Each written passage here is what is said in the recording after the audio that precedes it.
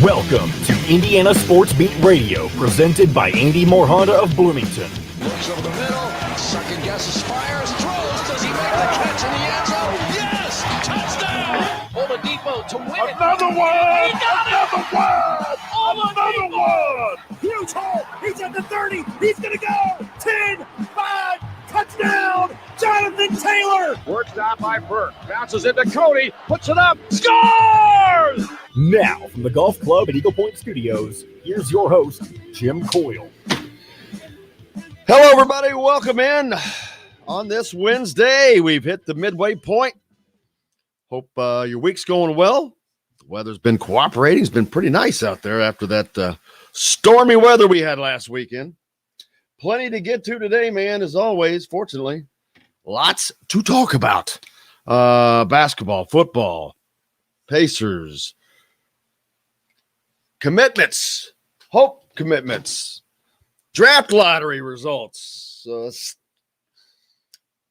decision dates coming up. There's just everything going on. Big Ten Media Days in football will be in Indianapolis this year. Usually they're in Chicago, so that's great for us that cover the Big Ten athletics, that we just have to drive to Indianapolis this year at Lucas Oil Stadium, July 21st and 22nd. So it's just going to be a busy summer, which is great. Much opposed to last summer, which was like walking through the desert for 40 days. Great show on hand today, as always. Bob Kravitz is going to join us a little earlier than normal. He'll join us in the next segment. Looking forward to talking to him. Paul Gable from thehoosier.com is going to get us clued in on football. A big commitment for Indiana as they land Texas quarterback Josh Cooper. I watched a ton of film on this kid. And this Josh Hoover. Sorry, I don't mean to butt in, but it's Hoover. No, what did I say? Cooper? You said Cooper. You were mixing Omar Cooper and Josh Hoover. That, and I can't read. See, that's why I can't take my glasses off. I can't read that far away. I watched a lot of tape on this kid, Josh Hoover, and man, he looks like a ready-made quarterback. This kid has got a quick release. He can throw the ball very accurately. I saw him throw a lot of balls, and he was putting them in places where no one but the receiver could get them. He's only a 3-star. I understand that, but I'm like, watching him on that film, I'm like, all right, well, what am I missing that doesn't make this kid a higher rated athlete? I don't know, because he looks pretty dang good on film. And especially if you're playing in Texas, you're playing high-level football. But, man, he just looks so ready. And he's got another season to go. He's already thrown for, I think it's at 6,000 yards in his sophomore and junior year in high school, nearly 4,000 yards last year. He could probably leave his high school career throwing for over 10,000 yards. That's a few passes. But to watch them, he hits his receivers in stride. He hits them on the seam. He does not hold the ball. I mean, now, college may be a little different. You're going to have more options. But, boy, he sure seems to have the tools. He fell in love with Indiana, fell in love with the coaching staff, as everybody does. I was reading something John Blau put up. If I can pull that back up. Oh, man, I just lost it. There it is. John Blau pulled this up from somebody else. It was from Mark Spalding, who coached for a few years at Houston with Art Briles. He now coaches at the highest levels in Texas. He had some interesting things to say about Tom Allen. Being in Texas, IU isn't a school he's dealt with, but IU's success of late has turned heads. Spalding's comment says, I'm going to say this. A lot of people in the profession, high school coaches right now, think Tom Allen has something going on. As a human, a lot of us have noticed his style and the way he talks about his kids and his culture. Culture is an overused word, but it's not an overused thing. Your culture is such a big deal. He's made a name for himself with coaches throughout the country just in the way he treats his kids and the culture of the program. People like myself were intrigued by it, the way he does things. So all these guys that have been probably hard asses and typical football coaches, if you played football, especially in the 70s or 80s, it was a different breed. And still today, that's the Tom Allen way is not the way that most people go.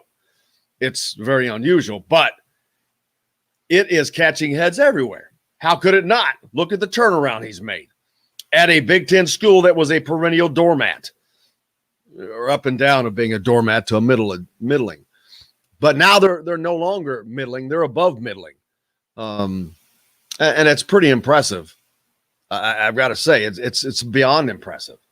But it is true. It's Tom Allen is what Tom Allen. What you see is what you get from Tom Allen. That is real and genuine.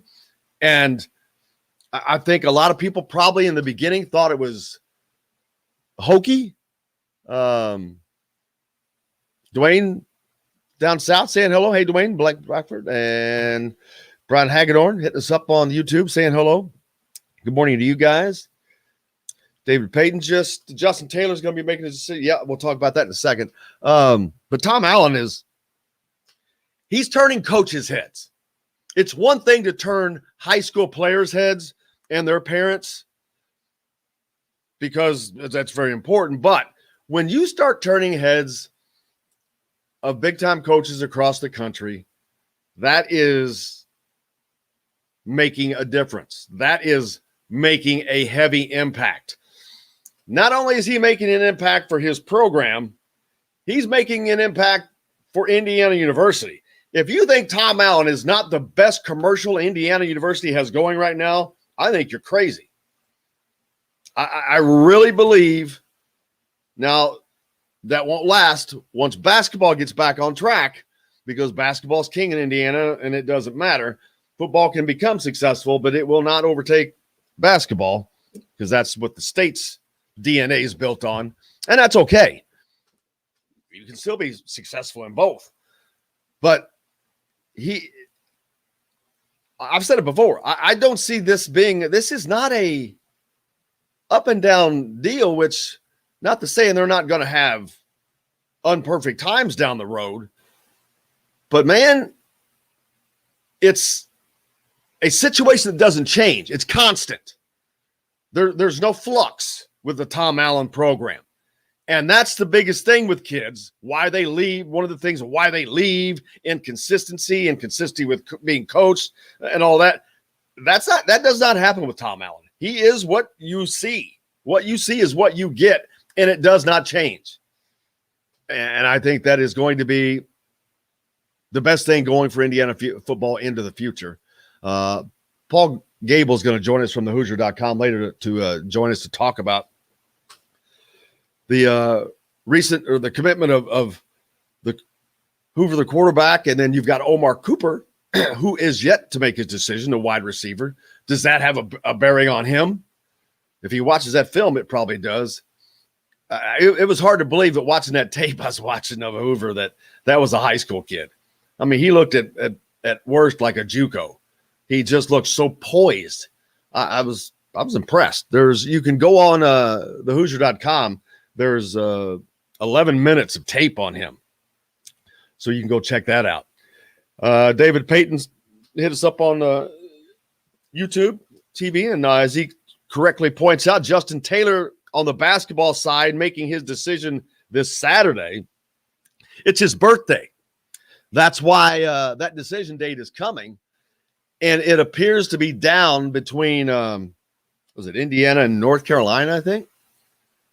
But Indiana is in good position. I wouldn't be shocked. Now you're like, I don't know which way it's going to go, because I'm not up on Syracuse, what they have, what they're losing, and all that. But there's so much buzz around Indiana right now. It's hard for some kids probably to say no. if they're wanting to reach that next level. Not that Syracuse doesn't put kids in the league. They absolutely do. But you look at Jim Boeheim, age means nothing, but how much longer is he going to be there? I don't know. I think there's just such a buzz with Indiana. People want to be a part of it. These kids want to be a part of it. Tim says Syracuse has one 2022 commitment right now. But that's not relevant. I don't know where they sit as far as wing position. This kid's a wing, so I don't know where they are in lines with that, and that matters. Because Mike Woodson said, "Hey, I'm going to recruit over you. You just have to earn." Most of these kids are not afraid of that, though. Not today. If they have confidence in their game, their confidence in their game. And if you're expecting to go to the next level, you damn well better have confidence in your game, because everybody on the court that you're going to be playing against certainly does. But man, we've got a ton to get to. Bob Kravitz is going to join us next to talk about. The draft lottery results. We'll talk about that. Pacers, no luck there. Ended up in the lucky number 13 spot where they were originally going to be. We'll see how that turns out for them. Kid from Cathedral High School, Cole Hocker. You may have saw that in the Star. I think he goes to Oregon, 3-time state champion, trying to make the Olympics. I cannot wait to see how many Olympians there end up being from Indiana or Indiana schools. It's like every day for the last 2 weeks, we've been hearing about someone from Indiana and Indiana connection that's headed to the Olympics. And it seems like it is just double of what it has been in previous times. It's a ton. Swimming, landlocked Indiana has always been great in swimming, as they continue to be.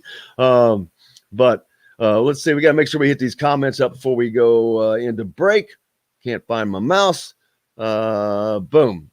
Tim said, with being the last visit and Taylor's mom saying how much they loved Woody and the visit, or is Indiana in good shape to get a commitment?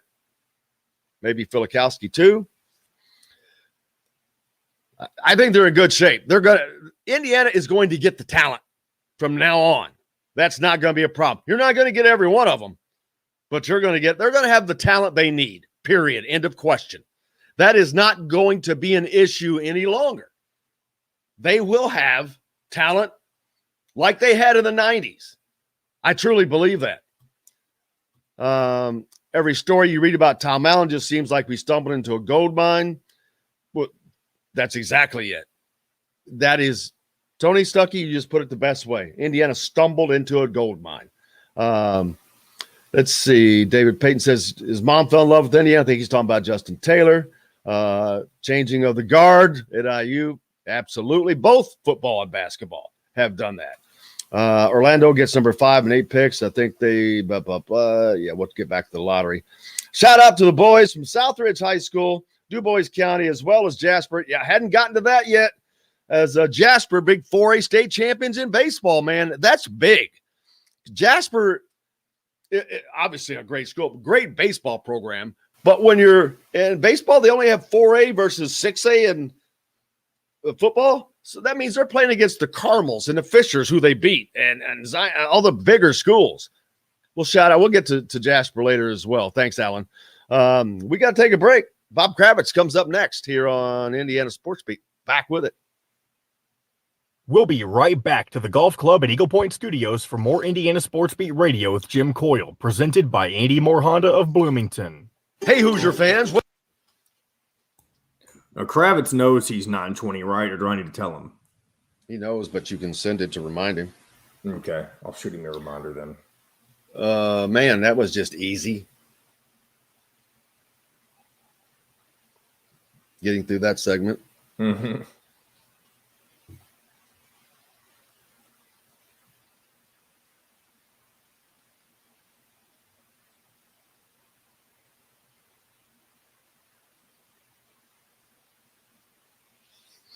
And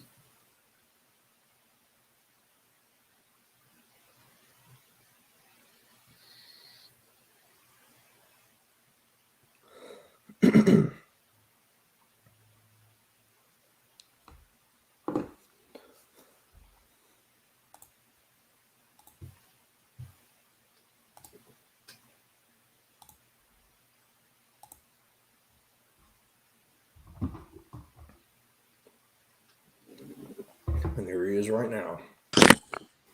Hello, Bobby. How are you, man? Oh, man. If I was any better, I'd be you. Yeah, well, you hitting the driver straight yet? I threw a club last night for the first time in 20 years. Wow. And I threw it farther than the ball went. That's not good. That's not good. Yeah, it's been a long time for me. It was half joke, half not. It was half frustration and half joking. I had a wide open space in the fairway, so I was like, I just threw it. It just felt good. Cannot get that. Oh, it's driving me insane. I'm gonna go up and I'm gonna break down. I'm gonna get with the pro. I'm saying, fix me. I can't deal with this. Yeah, I need a lesson in the worst way, but yeah, lessons are expensive.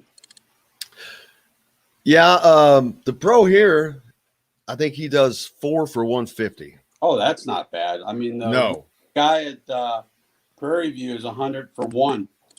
Yeah.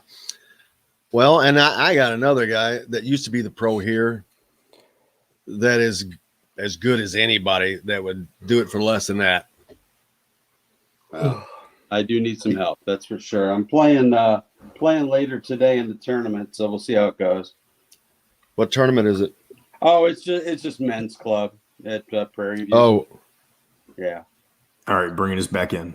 Seafood. Sam's Ale House in Carmel and on 86th Street in Indy have a long list of craft beers and all of the right foods to go with.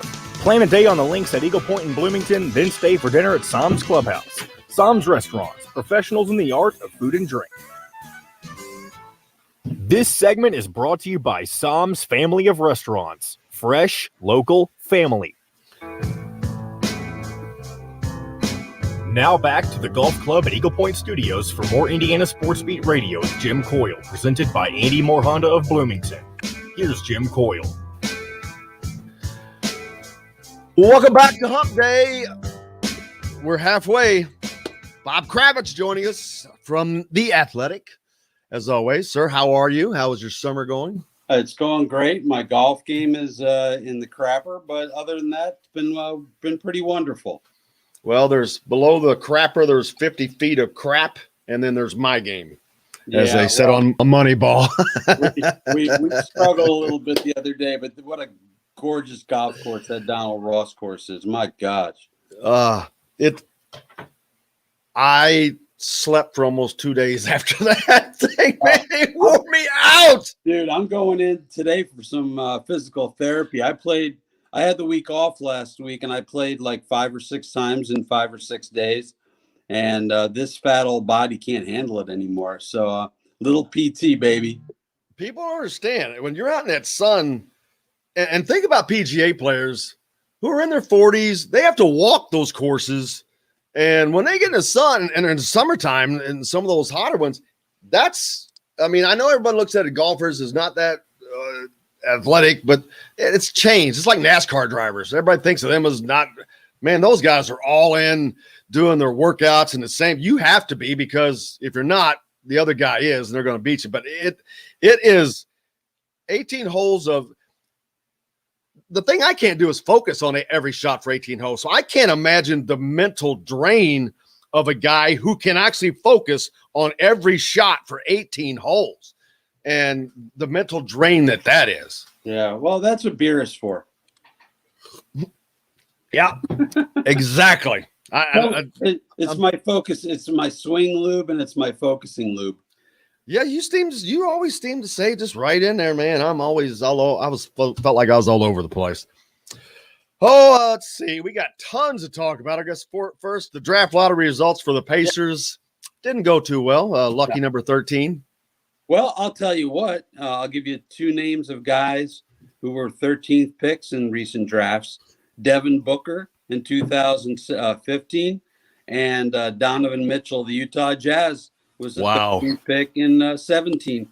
So those guys are out there, Did Booker hit the winning shot? Was it Booker that hit the winning shot last night? No, Ayton hit the dunk at the end. The yeah. Lorenzo Charles dunk. Yeah, that was awesome. But no, what the heck was I saying? God, I had a note come in. Oh, we were talking about Booker and Mitchell, the 13th pick, Yeah. I mean, I still think they can get maybe not somebody who starts, but somebody who could start out as a rotation player. People were asking me, what do they need? And first of all, we don't know what they're going to move. We don't know if they're going to move Miles Turner or whoever. I think there's going to be some changes with this team.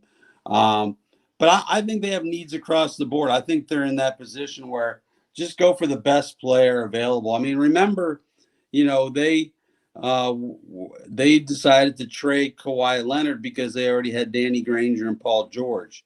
Well, you know what? I don't care if you've got a really good player at that position. If you got a guy who's got a chance to be great, then you draft him and let the cards fall where they may. Let the chips fall where they may, whatever.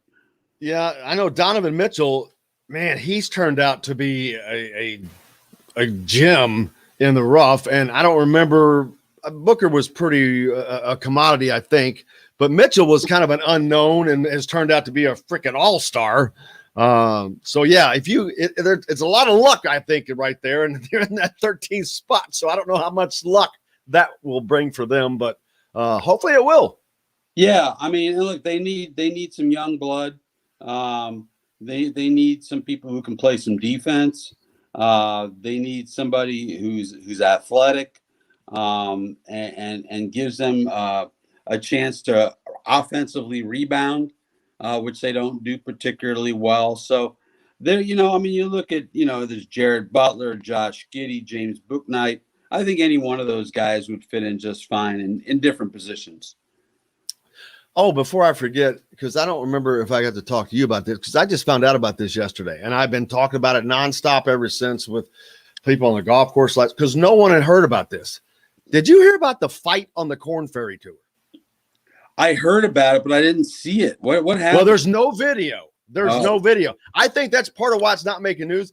But this thing is a gigantic deal. If there had been video, I can't remember the guy. I'd have to pull up the guys' names. But there was a 20-year-old kid that played at UT Martin. Fight on. And the other guy's like a 31-year-old guy. He's been around. Okay. And so they're playing, and they don't have the spotters, to help with errant shots. And the one guy had been asking the younger kid and his caddy, hey, can you help look for a shot here and there? And they were just like, and at one point, the guy's dad said, hey, we're not out here looking for balls. And so there was like just no cooperation going back and forth. They weren't putting the flag stick back, stuff like just, Bush League stuff. Yeah. And by the 7th hole, they start really jawing each other, F you, They get to the 8th hole, and that 20-year-old kid sucker punches that dude in the side of the head, puts him in a headlock, has him on the ground. It made him say uncle before he let him up. Well, it sounds like Bob Barker and Happy Gilmore, doesn't it? That's exactly what it was. But that really happened. This is why we need to see Koepka and DeChambeau together in a twosome. Oh, man. That wouldn't be good for Koepka, I don't think, though. DeChambeau is beefed up. I think Koepka would beat his ass. Really? Yeah, I think Koepka's got a little mean in him. I think DeChambeau is just a big puffed up dude. I do. I believe that because, man, the air went out of his sails this weekend. So you talk about a blow up. Is that the worst blow up in the history of the U.S. Open? I mean, that blows Phil Mickelson away. Yeah. I mean, he wasn't necessarily in a position to win. He was leading at the turn. He was leading at the turn. Yeah, he was leading at the turn. But as we got into the back nine, he started to fall off, and then it was a complete mess. It looked like me. He looked like you and me. Yeah, I regret that I didn't punch you when I had a chance. It would have helped my game. Lights out, baby. Would have helped my game. It could not have hurt. Might have straightened you out. That's the only thing it could. Let's see.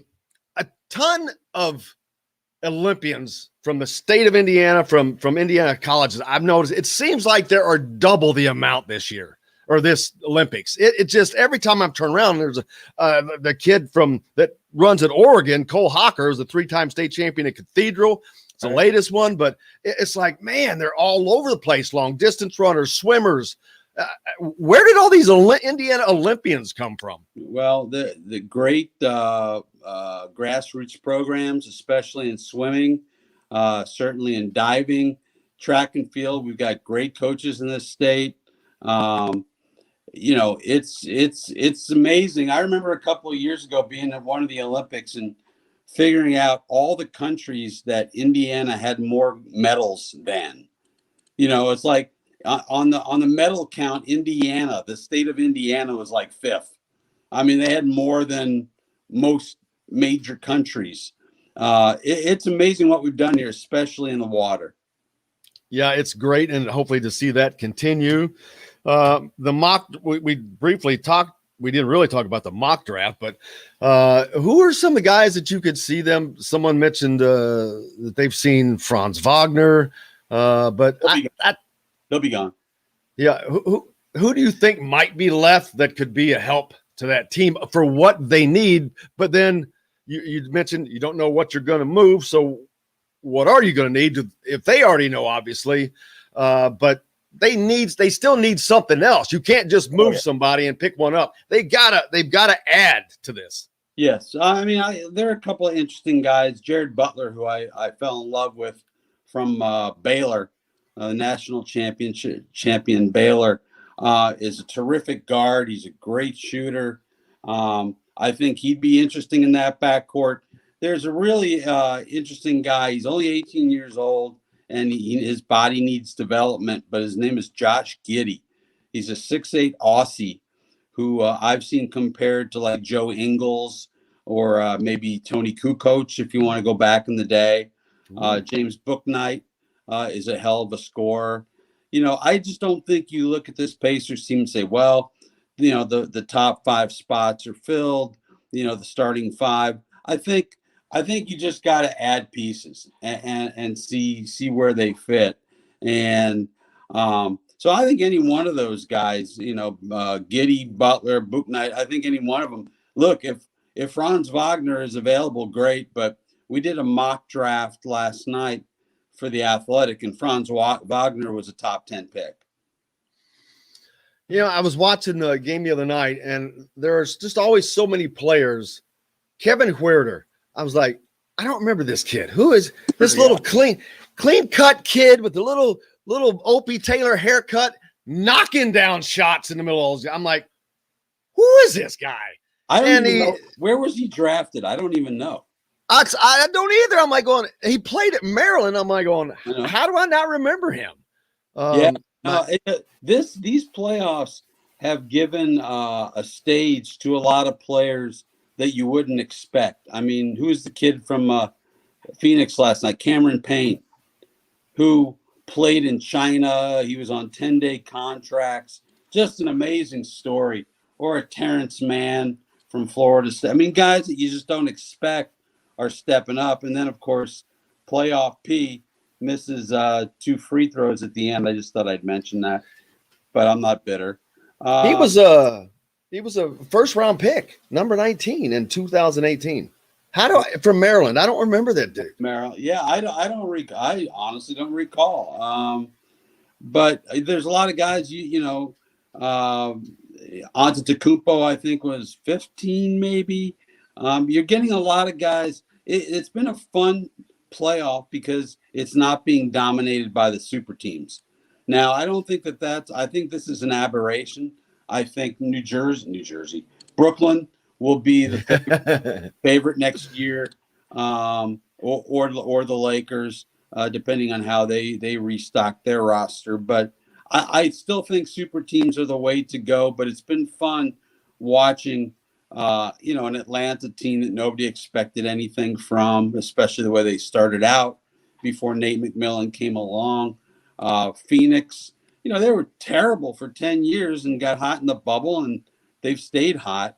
And Booker is just an amazing player. So you've got a lot of new faces in the postseason. I find that very interesting. It may not be good ratings, but the hell with ratings. Exactly. The one thing that the Pacers do have to do is get it right. You cannot bungle this one because they're in need and they're still a middling. So you've got to. You look at Utah. Utah's the same as Indiana. I look at them as a very market size and all that. Yeah. And you get a Donovan Mitchell, it changes your fortunes. I'm not saying. Look at Milwaukee. Look at Milwaukee. I mean, Milwaukee is a run-of-the-mill team, but you get Giannis again. I think it was 15. I don't have it in front of me, but you have to get extraordinarily fortunate if you're picking at that point. I will say about Utah. Utah is a small market, but they spend a lot of money. They're way. I think they're like 4th or 5th in payroll. With the Pacers making the coaching decisions that they've made in the last couple of years, and the same people are in place, it has to make fans wonder, well, what are the chances of them doing well in this draft? Yeah, well, look, Kevin Pritchard has not had a ton of success in the draft.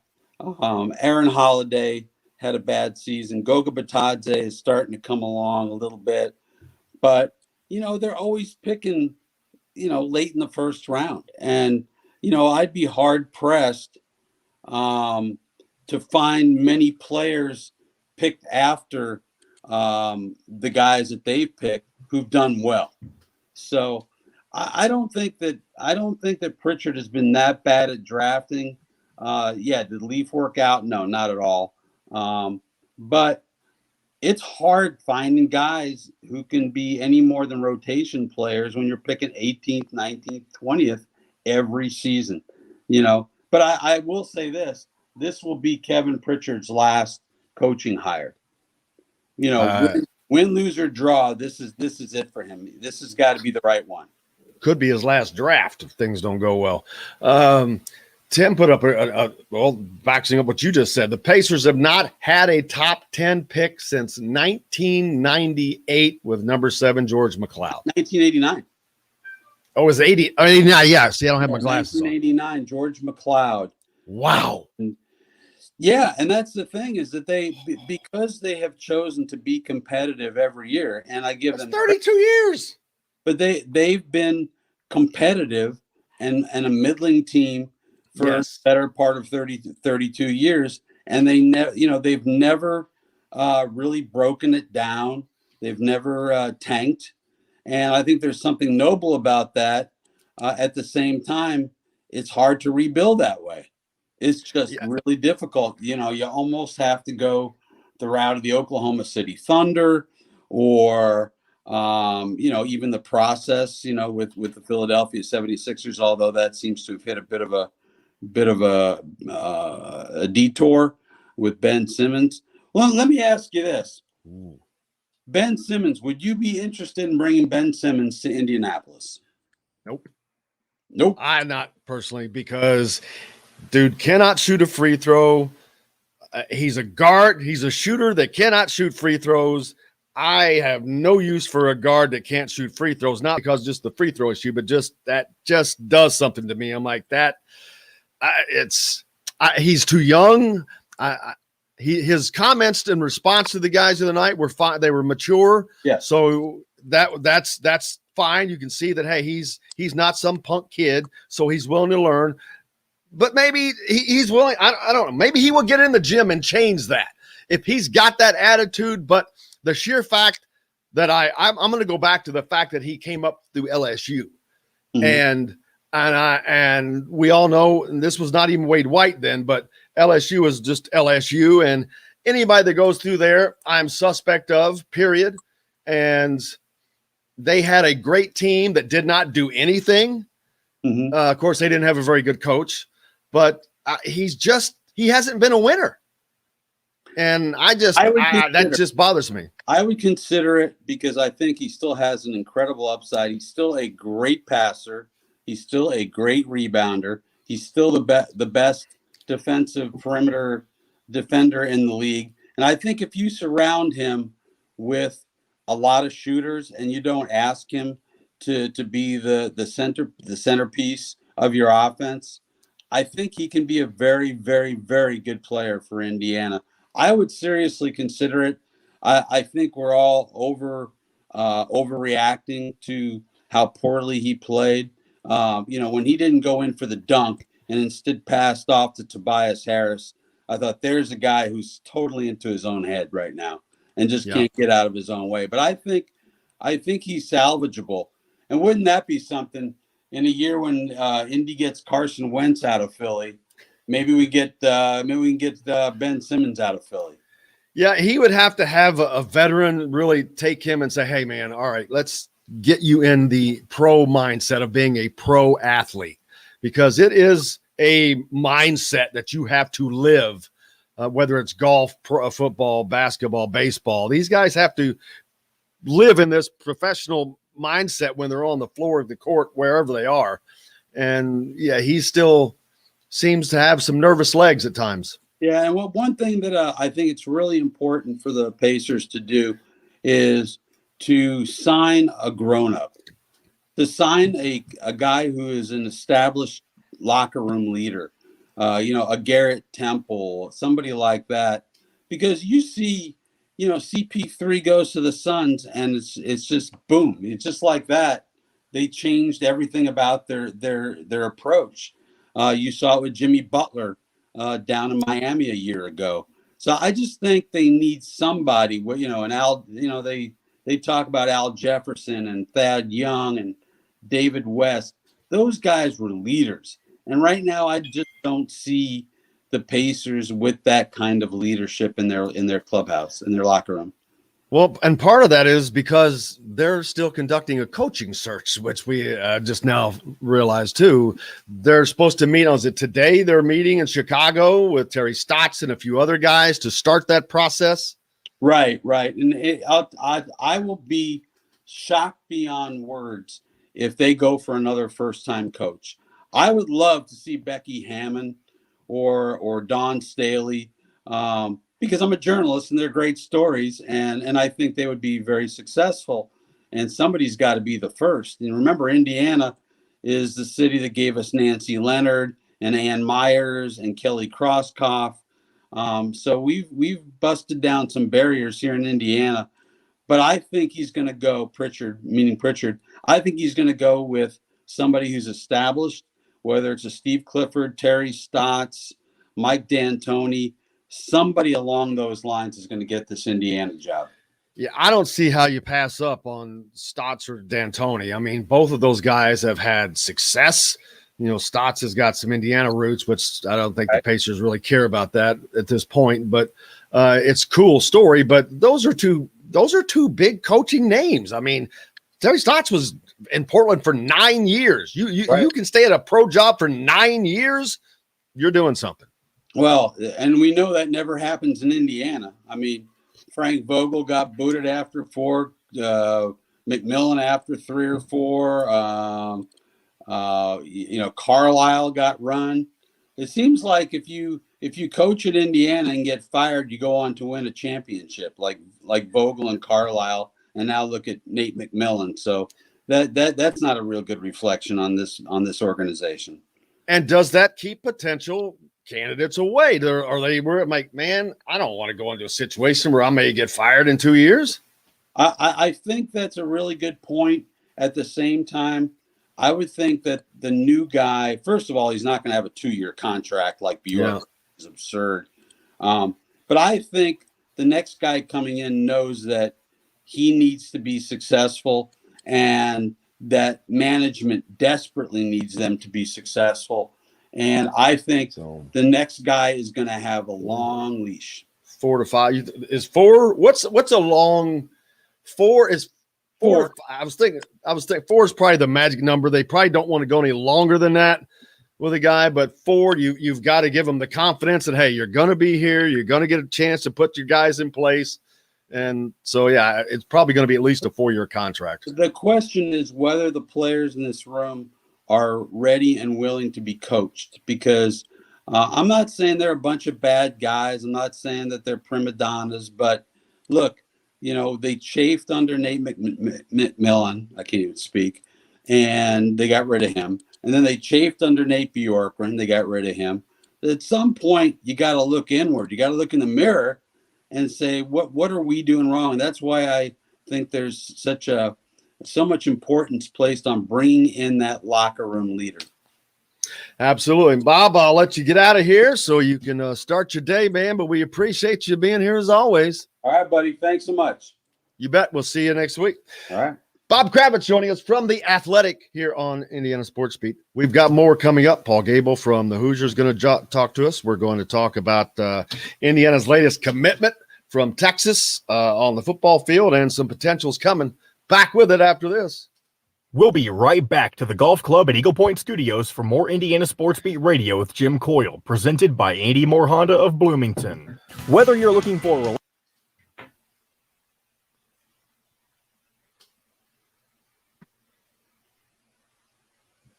Paul's here. Cool. Hey, man. Hey, what's up, man? John, I'm still What's wrong? nothing. I'm just this. I can take this a little long because we don't have to break. Me at 10. Right. Yeah, right on. So I can go a tick long with this and then take Dustin a tick long, which is I'm trying to push everything out, but I think I still need one more, man. Is Dustin not staying the whole time? He's just doing a segment? No, he's just doing a segment. Okay. What's that? Humming. What is that? Paul, is that your phone making that noise? Yeah, I think so. You getting beeps? Okay. It's coming over. Is it like text messages or something? Yeah, I'm about to turn it off. Okay. Yeah, Jim, just take this segment to about 10:05 if you want. Man, I wish I had video on that damn fight. Son of a bitch. How can that not be?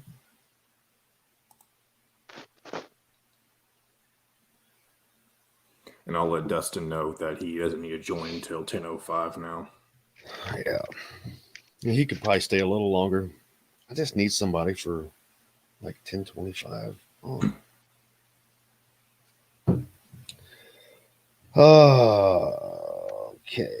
I got to go back in here.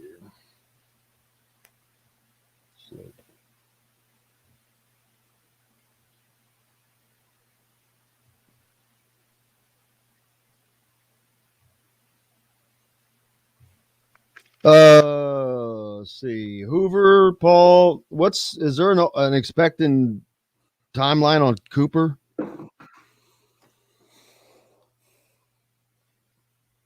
Is Paul frozen? Yep. Oh. All right. I'll tell him to reconnect. Make sure he's at the best point of Wi-Fi wherever he is. Because if he freezes again, we'll just have to cut him. Yeah.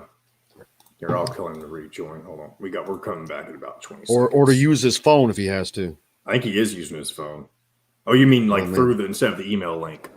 Here, I'll deal with it. Here, we got 10 seconds. And then No, I meant use his phone on the email link. Yeah. Bloomington's #1 Honda dealer. Come see us at the all-new Andy Moore Honda, now in Bloomington. Today's guest is brought to you by Reynolds Family Dentistry of Sellersburg. You need $1 million smile for those championship photos, and that's exactly what you'll get with Reynolds Family Dentistry.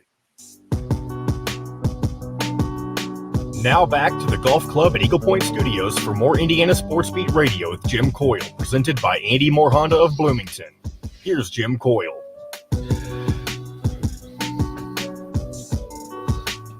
Welcome back. It is hump day. We have made it halfway through the week. What's happening this weekend? Producer John the producer. So this weekend is what's Sorry, the I'm date? trying to reconnect Paul. 23, so 24. I know you got 25, that Charlie Hughes Invitational. I think you were talking about earlier this week. Oh, Is that yes. this weekend? Man, that's a biggie. Yeah, the Charlie Hughes, man. That's a biggie. Lots of players. There's so many things that go on in the summer in Indiana for that basketball wise. But yeah, that's an oldie but a goodie. Looking forward to that. Let's go back on my notes. We're talking to Alec about that. I guess that was Monday we spoke about that, right? It's at Carmel. Is it at Carmel? Yeah, it's at Carmel. 106 teams.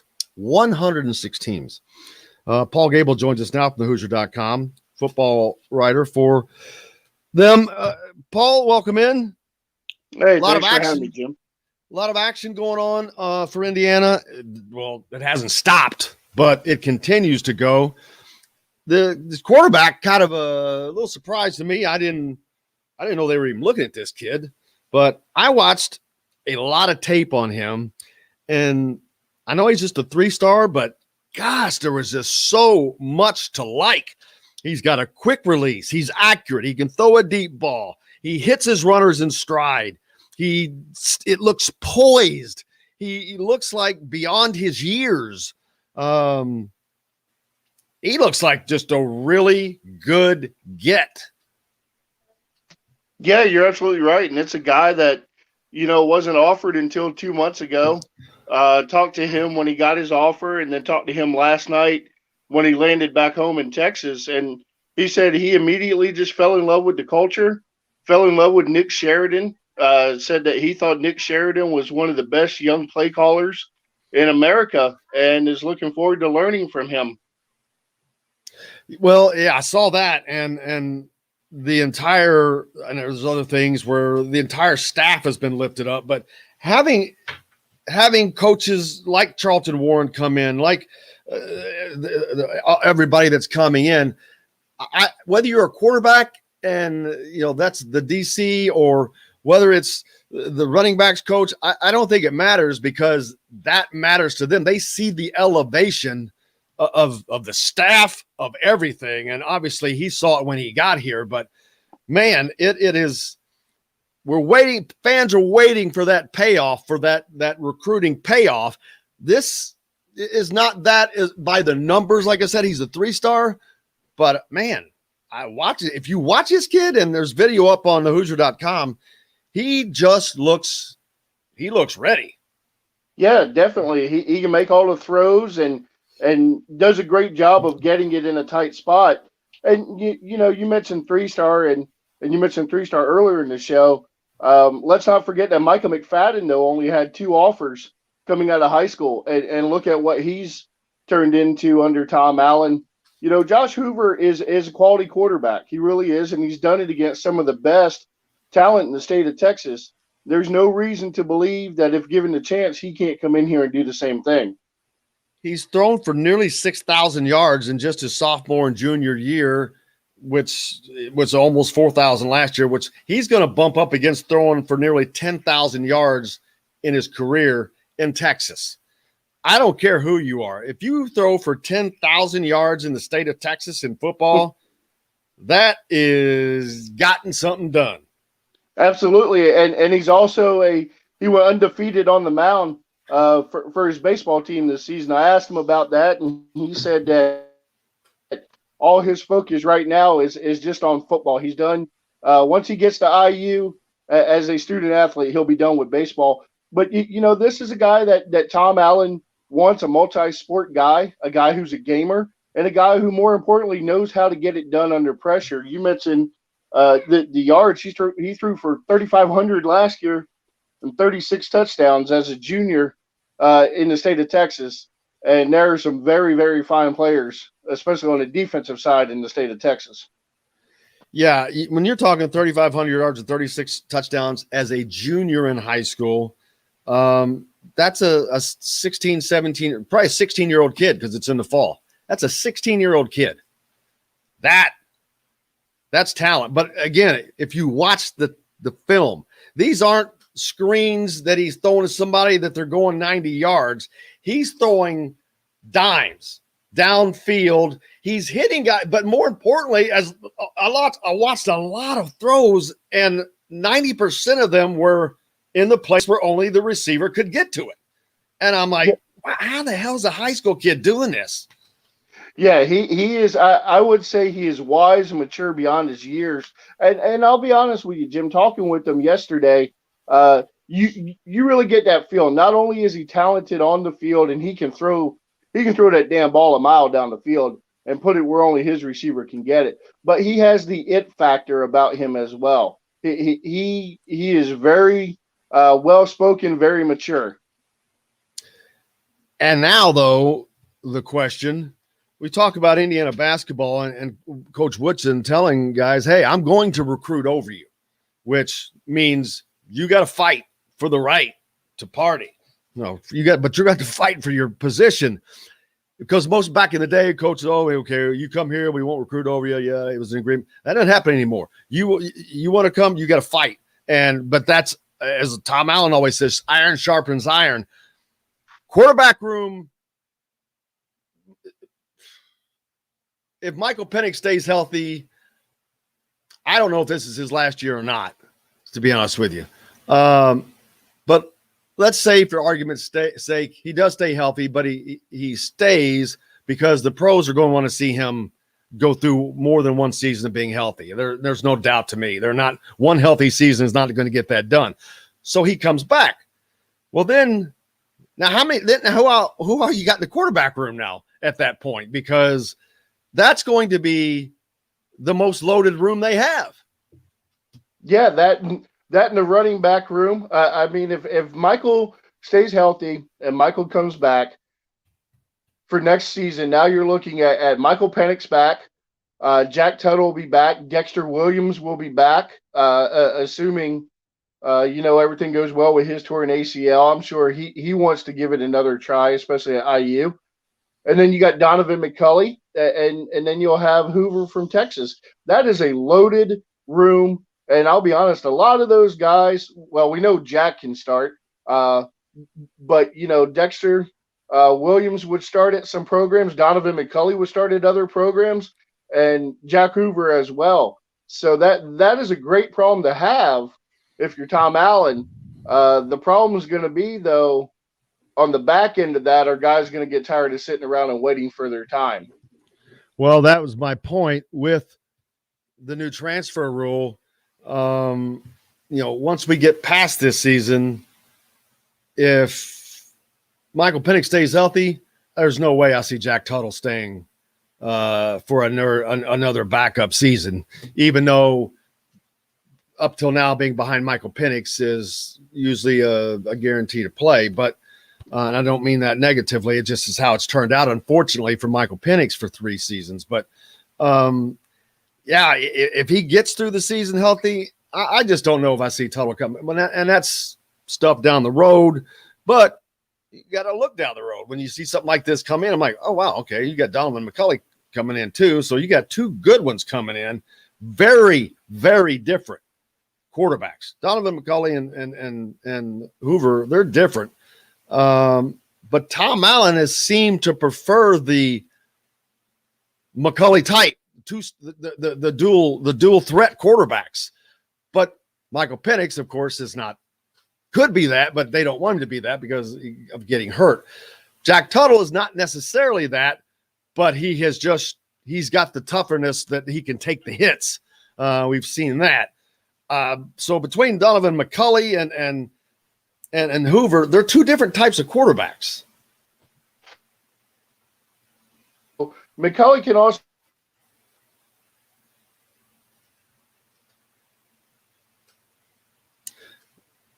We have lost there, Paul. He'll be back with us here in a second. But quarterback is not going to be an issue for Indiana. Keeping them now, that's the thing with the transfer rule. Well, of course, that's down the road that you deal with, but it's kind of hard not to think about that when you get a great signee like Hoover, a kid from Texas, and a kid coming from Texas to Indiana. That's not something that I think you would have seen. I know you wouldn't have seen it 3 years ago. 3 years ago. Hell, I don't know if you would have. Definitely not 3 years ago. Wouldn't have seen that. But seeing, like Paul mentioned, seeing guys like that come in here as 2 stars, 3 stars, and become All-Americans and are now on All-American watch because they got developed. Man, they're all about that. What were we talking about, Paul? We were talking about developing players and how deep the quarterback room will be and how many guys will, if any guys, will look to go elsewhere to play. Yeah, that's I mean, when you get great ones coming in, you have to look at that now because of the transfer rule. And that transfer rule is the thing about it is it hits you so hard so fast because, man, you can not know about it and they can be gone. Right. And now then you got to go out and chase that. But generally a team 3 quarterbacks deep. If you're 3 quarterbacks deep, you're fine. So they're will be 5 deep next year. Is that right? Yeah, 5 deep. And let's not forget the walk-on guys. You know, guys who were thrust in this spring with no Michael Penix and no Dexter Williams. You had Jack Tuttle taking the first rep snaps and then backups going for the second and third string. Any chance that Donovan McCulley gets moved to a different position? I would be interested in seeing that. He is great in open space, and he is great when he has the ball in his hands. The question, and I'll be honest, I don't know because I've never seen him as anything other than a quarterback. Even when I watched him at Lawrence North, is how he would do as a wide receiver or maybe as a running back type player. Seen it happen before. Seen it down in Louisville. I'm drawing a blank on the guy's name. It turned into one of their best receivers and one of their best offensive players. But you see that a lot in college. A lot. Guys get moved. They go there as whatever, a receiver, a quarterback, get moved to DB, to this, to that. It happens, and it's probably something that they never thought of at the time. But some of them leave college and go to the professionals as in the position they were moved to. Well, Indiana's got one on their team right now, number 2. Right. Yeah, you're absolutely right. And you know, look at Julian Edelman with the Patriots. He was a quarterback in college, and I get, you know, obviously he wasn't going to supplant Tom Brady, but it's been done, and it's been done very successfully. Reese Taylor, yeah. So he's a guy that he moved around. He's not even playing offense now. He's on the defensive side.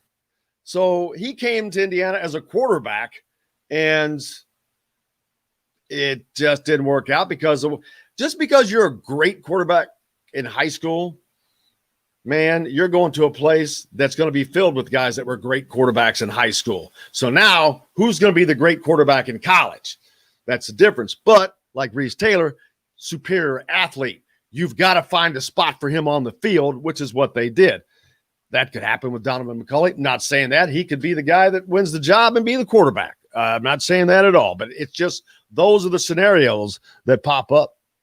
Well, I'll say this about McCulley. He is too good of an athlete to be off the field.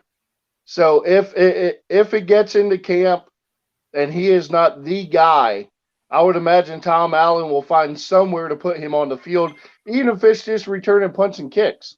He is that good of an athlete to stay off the field. Reese Taylor, another thing, he's the punt returner now, right? Yep. See, there you go. That was a kind of that's a spot where they definitely needed him, but that's also a way of getting the ball in his hands because, you know, he's so valuable. He's a DB, but man, if you can get the ball in his hands, and that's a perfect spot for him. Football is a game of chess. College is like a game of chess because there's so many pieces that you move. The NFL, that generally doesn't happen. In high school, well, hell, you play. I played 3 or 4 different positions, but college is a game of chess pieces, and Indiana's chessboard is getting a lot better every day. Oh, there's no doubt about it. And you know, they've got 6 players expected to get a 7th commit, maybe as early as today, if everything goes right there from what I'm hearing.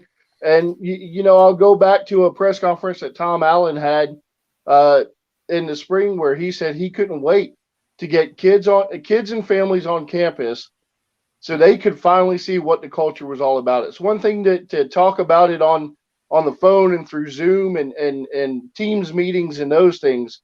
But until you can get a kid and his family on campus and they can experience the LEO movement, they can sit down and talk with Coach Allen, who, Jim, you know, is as hell of a motivational speaker as you'll find.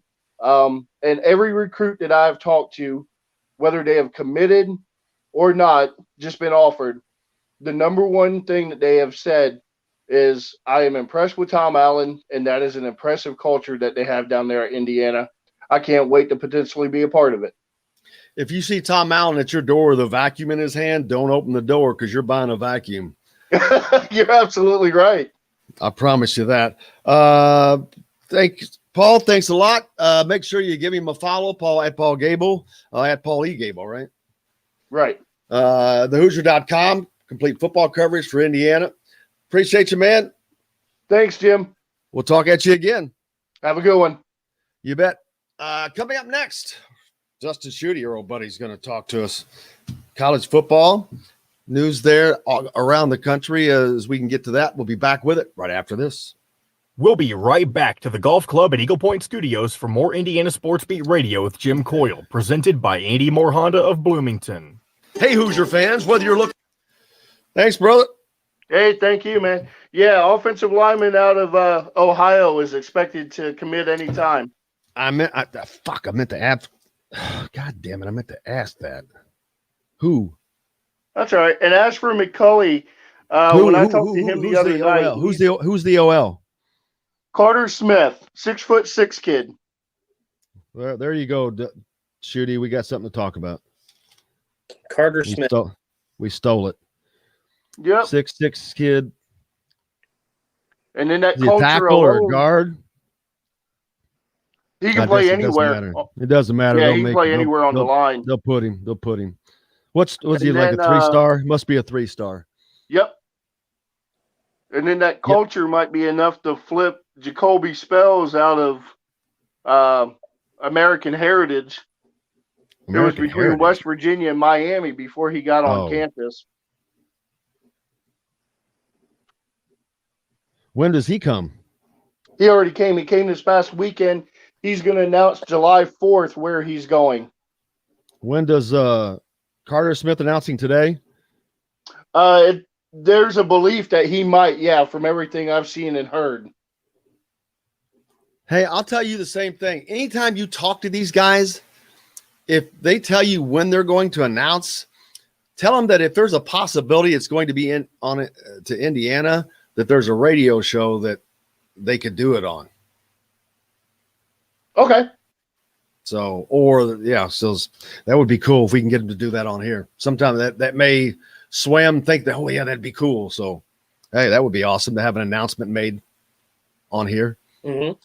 So any of those guys you talk to and they're getting close to them out, say, hey, there's if it's, you think it might be Indiana, there's a radio show that would love to have you make the announcement.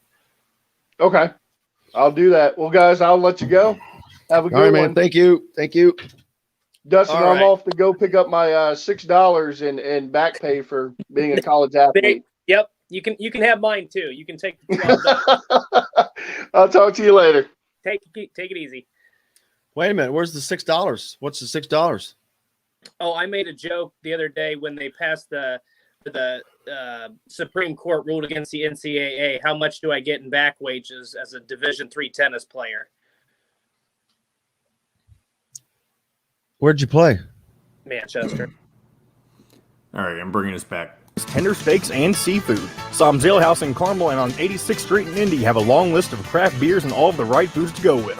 Plan a day on the links at Eagle Point in Bloomington, then stay for dinner at Sam's Clubhouse. Sam's Restaurants, professionals in the art of food and drink. This segment is brought to you by Andy Moore Honda of Bloomington. Now back to the Golf Club at Eagle Point Studios for more Indiana Sports Beat Radio with Jim Coyle, presented by Andy Moore Honda of Bloomington. Here's Jim Coyle. How is everybody doing on this Wednesday? If I was any better, I'd be Dustin Schutte. As he joins us now from Saturday Tradition.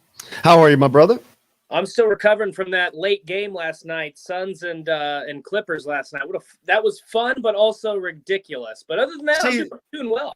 The thing is about the late games, I hate when they're that exciting. Yep. Because not only are they late, but you're jacked up. You're like, and it's not even.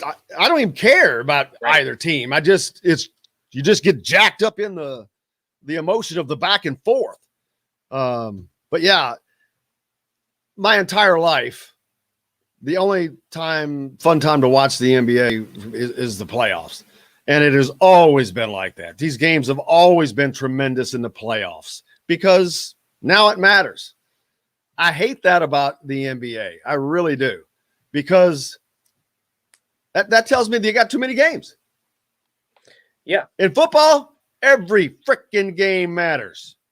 Every quarter, every game matters. Baseball is the same thing. You've got 1,000 games there. And I know you can't. I just think the NBA season is too long. 82 games is too many because they don't care about 30 of them. Yeah, I completely agree with you. I've been on this train before, and part of the problem is you have, with the play-in tournament, it added a little bit of excitement there towards the end of the season. Who was going to get automatically into the playoffs? Who was going to get left out? Who's going to have to play in that play-in game? But to me, the big issue is when you got too many games, and then you have too many teams that get into the playoffs. I mean, you have 16 teams that reach the playoffs and 30 teams in the league. So you have over half the field getting into the playoffs. In my opinion, I mean, we're never going backwards, but I would have liked to see, 4 from each conference or something like that to make those games matter. Yeah, you're exactly right. It's the same Big Ten basketball tournament. It's all about the money, baby. Yep. So it's not going back, but I agree with you. I wish there was a way to get it down to maybe 60 games. I think that would be a good spot to be in. It would make it more compelling. Yeah. They'd get more eyes, but I think overall they're not going to get more eyes because they're not going to match up for the 25 games that they lose, I guess, and the commercial time they lose and the content that they fill. And think about how, these guys are already at the peak of their, athleticism and their talent. But imagine if you take 22 games away, imagine the performances you're going to get every single night. You don't have to play back-to-back. You don't have to play, 4 games in 6 nights or something like that. You can have guys playing well-rested, and I just think it would be a better product. But like you said, it is the money. It's never going back, and 82 games brings a lot of money, and there's a lot of season ticket dollars and a lot of television revenue to be made. So we're not going back, but we are in agreement that the regular season is way too long. We were talking some football with Paul Gable from thehoosier.com a little earlier. Tim mentioned he missed the commitment from Taven Jackson at Tennessee. Thought he would have gone. No, I knew that was a possibility, but I think that with what he saw coming in at quarterback, he wants to play sooner rather than later. I didn't see it right when it happened, but I thought Tennessee was an odd choice because basically they've sucked for a long time. And I'm like, man, and there's been so much with the AD and the coaching. And I'm like, dude, it's a great place. Neyland Stadium, 90,000, whatever, on the banks of the river. There's the Tennessee River. It's fun, incredible atmosphere. and maybe he's the guy to help bring him back. I don't know, but that just seemed Tennessee was a surprise for me. I don't know what his other options were besides Indiana, but I know he had to be many and plentiful. Well, if you can, I think the thinking now is if you can go into a big time program, and I mean, Tennessee, you could put that kind of in the conversation with like a Nebraska, where it once was. Absolutely. They're an SEC still, though. So. Yeah, SEC. So you put that in there, and I can go and I can play, or I can challenge for a starting job right away at a big time. To play against Alabama, to play against Auburn. Yep. Yeah. So I think it has more to do with, the history, the culture. Well, maybe culture is not the right word, because culture is handing out McDonald's bags full of cash, right? But for recruiting, but I think it has more to do with that doesn't happen in the SEC. Oh yeah, that's true. That's on the hush hush. But I think just the history of Tennessee, the opportunity to play in the SEC, that probably spoke, and the chance to play immediately, that probably was bigger than anything else. Because you look at Indiana's quarterback room, and it's getting better. It's becoming a not just Michael Penix Jr. You're going to develop some depth behind him. So there's going to be some competition for years to come. But if you can start as a true freshman, you're either one hell of a quarterback or you're on a team that you could be in trouble. You should not be able to start as a true freshman at Tennessee unless you're a Peyton Manning. Talent-wise, they should have that talent. There's what I'm saying. Right. But he could be that talented. I'm not saying that he's not. Maybe he is. And you mentioned the Indiana quarterback room. We just had that conversation. That is a packed room all of a sudden. Now you just get the Hoover kid from Texas who, albeit he's a 3-star, I watched a lot of film on this kid, and I talked about it all earlier. Don't repeat myself, but his throws, I was really impressed. I know it's a highlight reel, but it was 11 minutes long. Mm-hmm. To get 11 minutes worth of 6-second clips, that's a lot of throws, man. He's thrown for over, I think, 6,000 yards in his sophomore and junior year, 36 touchdowns last year, 3,500 yards. He's 6'2". He does not hold the ball. He's got a release. He gets rid of it. He looks poised. He's hitting receivers and on the button. He's putting it where only they can get to it. He's throwing it deep into the end zone. I'm like, look at that kid going, damn, he was a junior in high school. He looks really good. I mean, he almost looks college ready. I know he's not physically and all that, but now move forward. Sorry, you've got Michael Penix, and I mentioned to Paul, and I'll get your opinion on this. If Michael Penix stays healthy through this year, I still think he has to stay. The NFL is not going to say, okay, you made it through one season healthy, we're good, we'll take you. There's no way he's getting drafted as a quarterback just unless he does something just out of this world nuts. They're not going to trust. There's not a quarterback in the NFL his size.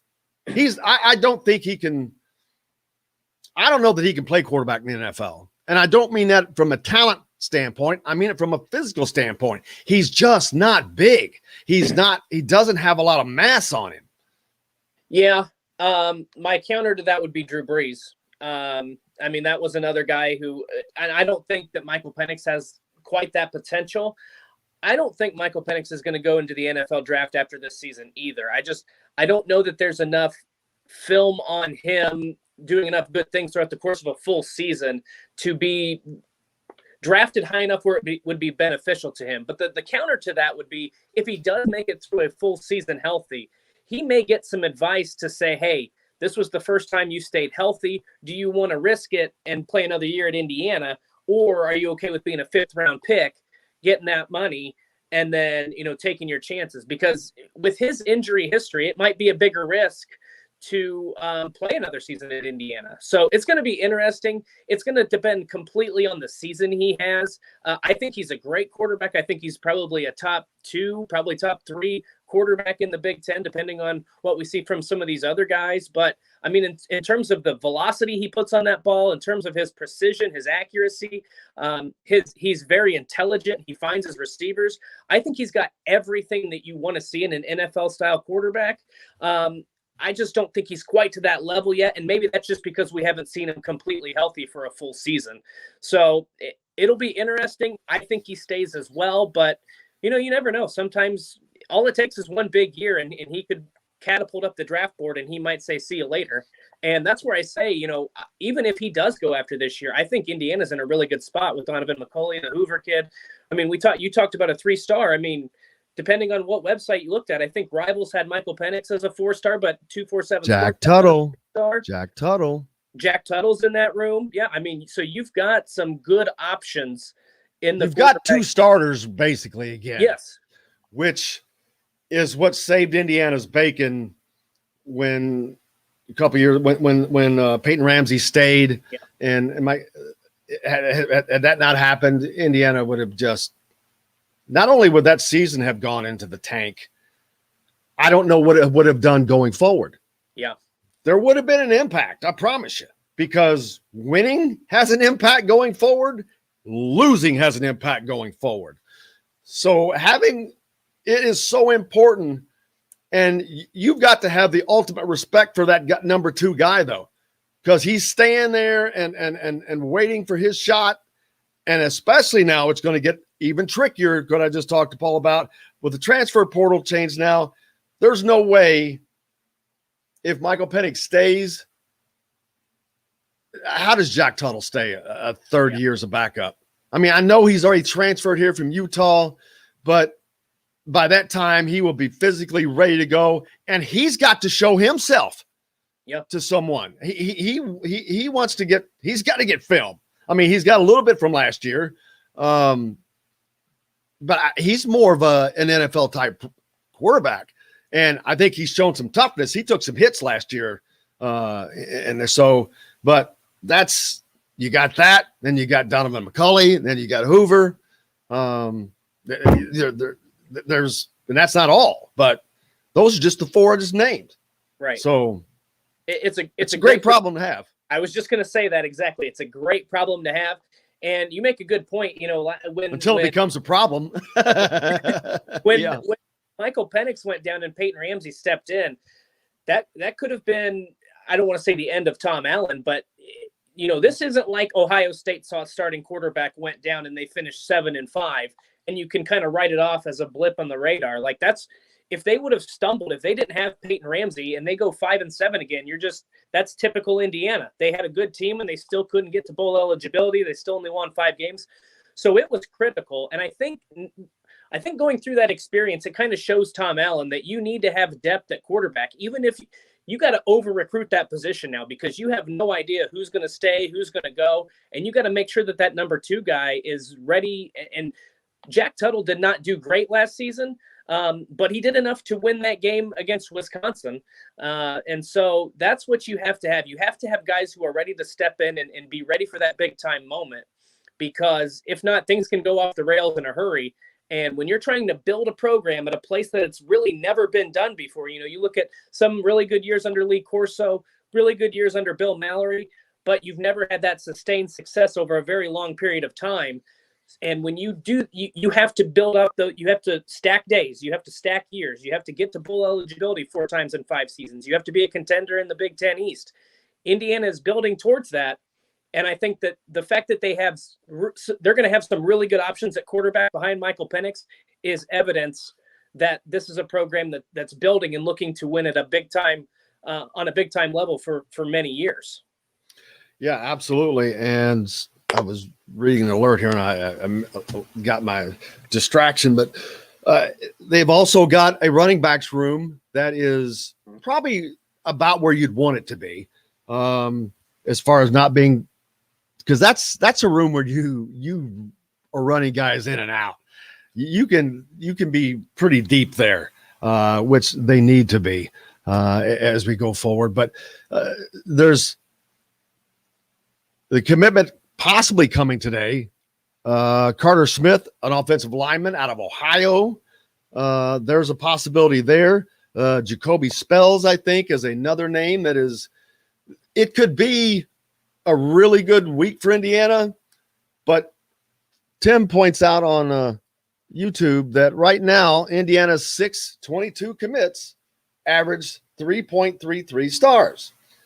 Now, stars are not everything. I grant you that, because we know all about All-Americans and that were 3 stars and that were developed, but you cannot average 3-star recruiting and compete in the Big Ten East. At the top, they have got to begin averaging 4-star. The recruiting has got to get better. And it is. And maybe it's just going to take a little bit longer, a little bit more sustained success. Maybe these kids that are not from around here are like, yeah, I'm still not quite sold. But it seems like the ones that come here get sold. Hoover's a perfect example. Kid comes from Texas. And he's like, bam, I got here and it was over, basically.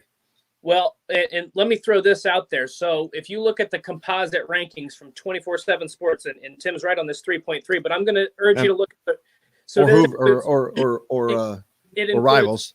Well, I'm saying it includes ESPN, Rivals, and then the 247 Sports Network. Indiana right now has the 3rd highest rated class in the Big Ten based on that power ranking.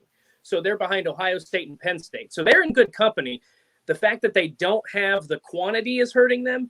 And the fact, so don't look so much at the stars. Look at the overall rating. Look at where these kids rank based on their position. Look at where they rank overall. Well, that's the quarterback is a perfect example. Hoover, he's a 3-star, and I'm like, I keep asking, how in the hell is this kid a 3-star? I mean, he's throwing for 3,500 yards, 36 touchdowns in Texas, but I'm watching him, and I'm like, man, how's that dude not at least a 4-star? I don't know. Maybe he's slow. Maybe he doesn't run fast. I don't know where the miss is, but it's not in his accuracy. It's not in his throwing. It's not in his poise. It was not in any of that I saw that matters. So I'm like going, okay, I don't know what I'm missing here, but man, I see a lot of good. Right. And in some cases, it can boil down to even who's recruiting him. And I don't know. I'd have to look. But a lot of times, a lot of mid-majors. He had an Arkansas offer, and then a lot of mid-majors, I'd say. So that's probably why he has that 3-star rating. I mean, a lot of it has to do with talent, but a lot of it has to do as well with, if Alabama and USC and Ohio State are recruiting a kid, he's probably going to be a 4-star at the very least. And if you don't get some of those big name programs, that may not, a lot of these. There's a lot of players out there, so scouts have to depend a little bit on who's recruiting these players. So my guess is he might be the talent of a 4-star player, a 5-star quarterback.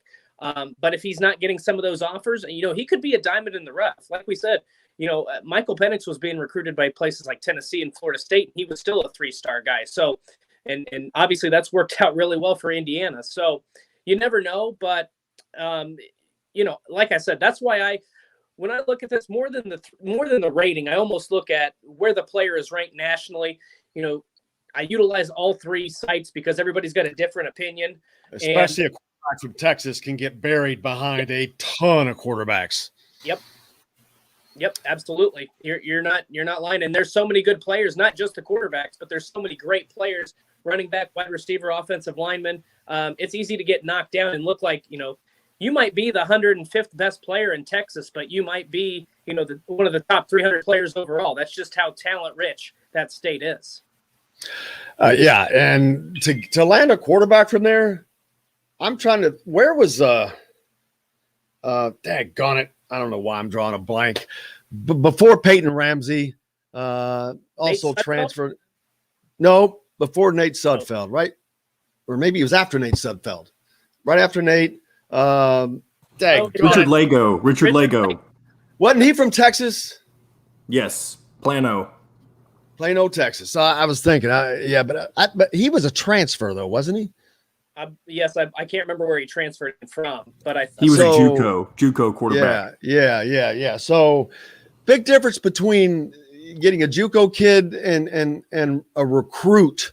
Yeah. Because a recruit generally has a lot more options, and a JUCO, they've already been through that process once. Now they've gone to a JUCO, and it's different.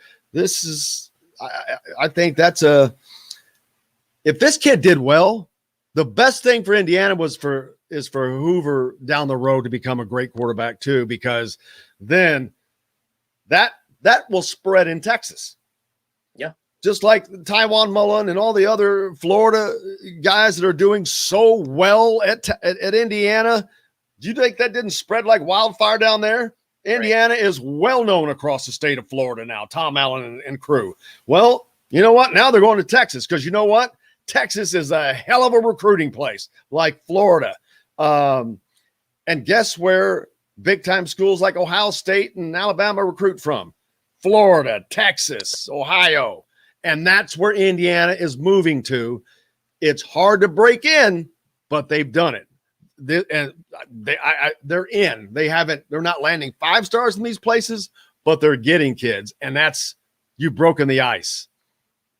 Yeah, and I think a lot of that too has to, you go back to some of the staff hires. Kevin Peoples, who had ties to Louisiana, Charlton Warren, ties to Georgia and Florida. Tom Allen obviously has connections to Florida. So, and even Nick Sheridan, obviously with the Michigan connections. So Indiana's doing a really good thing, expanding its reach. And, you may, like you said, you may not get the 4-star and 5-star kids that Alabama, Ohio State, USC, Texas, some of those schools are getting, but there's a lot of talent in those states. And all it takes is one. If you are able to get one highly ranked 4-star, they've got some, they signed McCullough, obviously he's a top 50, top 75 player. If you're able to get some of these players and they do well at Indiana and you're able to win, you're going to start to see more of the 4-star and eventually you'll get a 5-star kid. So they're doing a really good job of expanding their reach, expanding that pipeline. They've done it by winning. They've done it with culture, and they've done it with staff hires. And that's a combination we really haven't ever seen from Indiana, at least in my lifetime. And I've talked about this before, the recruiting. And we've seen, when you develop players, that's great. But you still have to have, you need those guys that are going to the NFL, not that work up to getting to the NFL. You got to start landing that guy. And that's the one thing Indiana has not landed yet. They have not landed that badass 5-star that they need to get. And I think it's got to come from the state of Indiana first. They need to get one of the state's absolute best players that is earmarked for Ohio State, or Samson James was along those lines. Well, I guess he flipped from them, but that's, he hasn't quite manifested yet. But I'm talking about that 5-star guy, the big lineman that's playing for Ohio State right now, DeJuan Jones, big 6'9" kid that'll be playing in the NFL. You get that dude, others will follow. But, I talk about that chart that I have that shows Indiana's recruiting from 2005 forward and how it used to be an average of 2.5 to 3 stars. And then once they got their first 4-star around 2011, then they started getting more in their recruiting. They have yet to get a 5-star, never landed a 5-star recruit. The USC running back, of course, was a former 5-star, but that's a transfer. Really, how is this recruiting cycle going to go? Everybody's thinking that now with the success they've had in the bowl games, although they didn't win those games, that we're going to see that bump. I don't know that we've quite seen it yet. I don't know that Hoover is maybe a little bit, but the numbers, I got to check to see how many they have available, but this should be like a 20-man class, I'm thinking.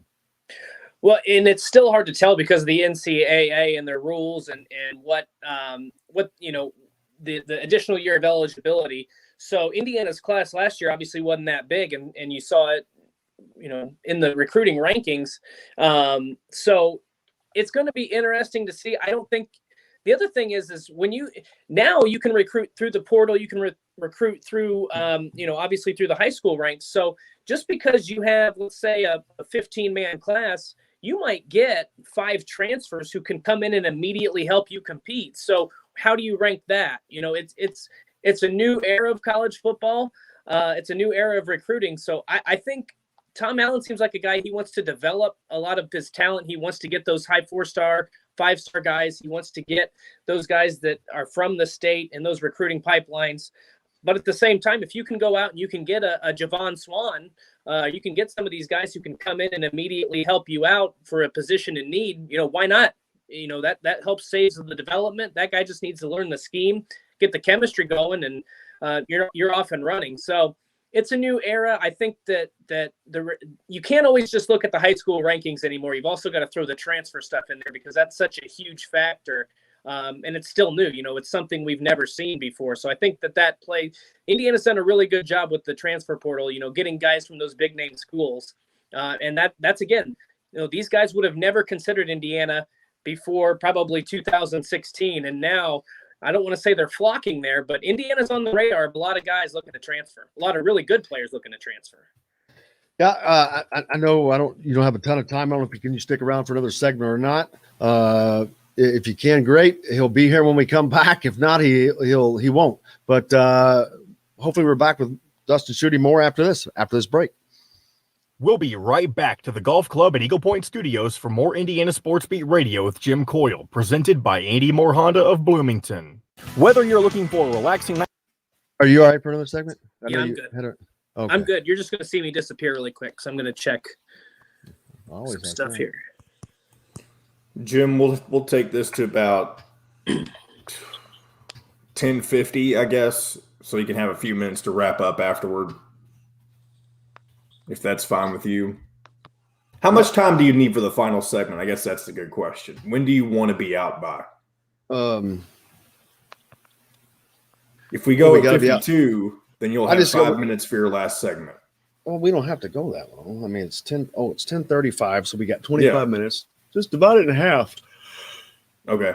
Well, then, so when we come back, it'll be 10:38, right? So that's like a 10 minutes. It's like a 10-minute segment. Yep. Do you know what we could do? The radio station is not airing any commercials right now. Correct? You mean are there any commercials? Commercials for ref? Yes. Not that I know of. No, they don't. Well, if we're not running them, they're not running them because we run them. Mm-hmm. So we don't have to break. We can skip that break. We can still. Well, so you just want to do one long segment here to finish up, is what you're saying? Well, it'll only be 20 minutes. Well, yeah, that's fine. I don't mean like too long. You don't want to divide it. It's a regular. It's up to you. There's no need to. We don't have to break since we don't have to break for the ref. We can just make it one segment. Fine by me. That's fine. We'll go right up to 11 o'clock. Bam. Problem solved. Let's see. Nope, still nothing happening. What are you doing?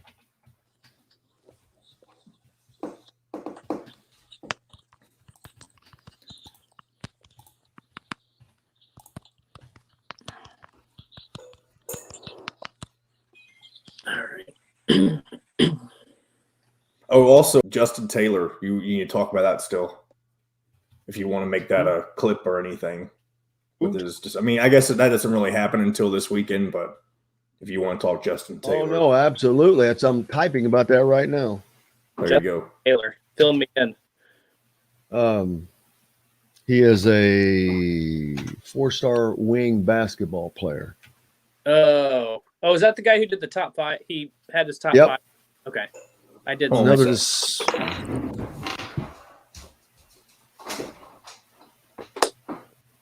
2022 recruit? Yeah. Ooh, coming back.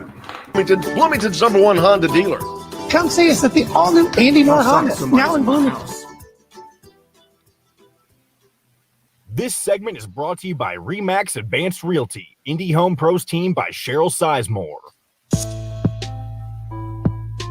Now back to the Golf Club at Eagle Point Studios for more Indiana Sports Beat Radio with Jim Coyle, presented by Andy Moore Honda of Bloomington. Here's Jim Coyle. Welcome back. We've hit the midway point. Jalen Hooks had an unofficial visit with Indiana yesterday. Man, there has been just a nonstop parade through Assembly Hall, Cook Hall. whichever.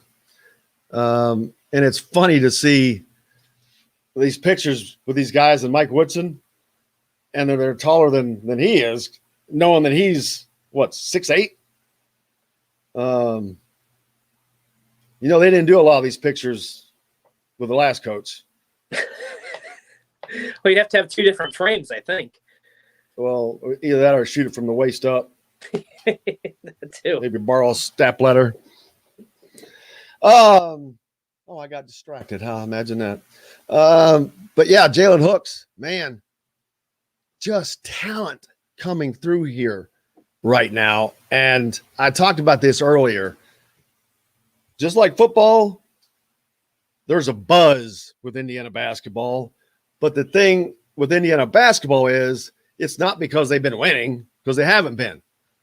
But it is a blue blood program, and every one of these guys knows that when they walk into these buildings, when they look up and see those banners, when they see Mike Woodson, when they see Dane Fife, when they see Thad Matta, when they stand around the center court of Assembly Hall, you know where you are.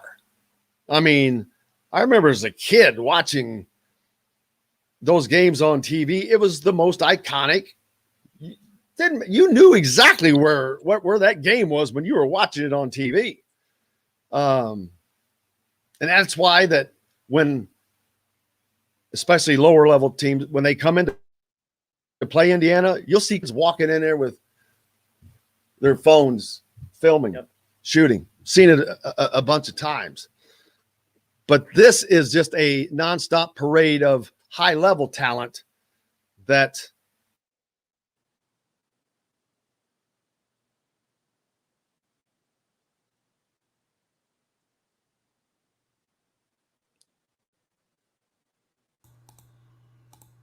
Dustin, you there? Yeah, I'm here. Okay. I don't know what's going on with Jim and his connection. But while we're waiting, I'm going to make a mark to delete this dead air because clearly this is not going to the radio station. Yeah. Yeah, I thought it was on my end. No. I thought it was mine too because I was like, I don't hear anything. I looked up. Jim's frozen. I wonder what happened. Maybe he'll just rejoin. Yep. I'll tell him not to worry. I'll get it all cut out. There you go. Fill in a commercial. That's true. Take our last break. Take close together. Sometimes that's how it works, though. Yeah. Sometimes that's how it works, especially whenever I do the morning show or when I used to do the morning show in Louisville. The host, he liked to take his last segment of each hour, like to the very end. He would only do like 3 or 4 minutes. Man.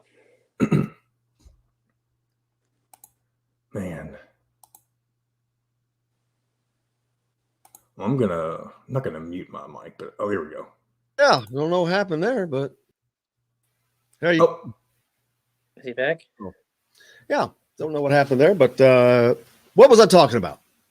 The parade of high level recruits that are coming through Assembly Hall, and the new buzz that's around Indiana basketball with Mike Woodson and some of the big names, Dane Fife, Thad Matta, all that stuff. That's I don't know. I mean, I'm sure this happens all the time, but it's really exciting if you're an Indiana fan to see this kind of buzz about football, men's basketball, women's basketball, baseball, soccer. I mean, just every volleyball, every sport out there.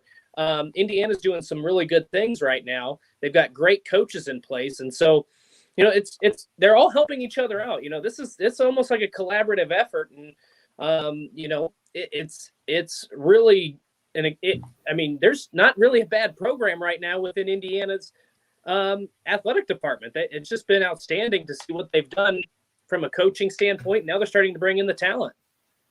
Not only is there not a bad, there are 6 programs. The 6 top programs are set to be ranked. Football is going to be ranked. Yep. Soccer will be ranked. I'm going through the fall. Women's soccer was ranked last year. Then you go into men's and women's basketball. Men's basketball will not start out ranked. They will be ranked. I guarantee you this season.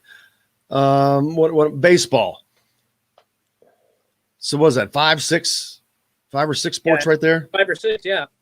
All in top 25 programs.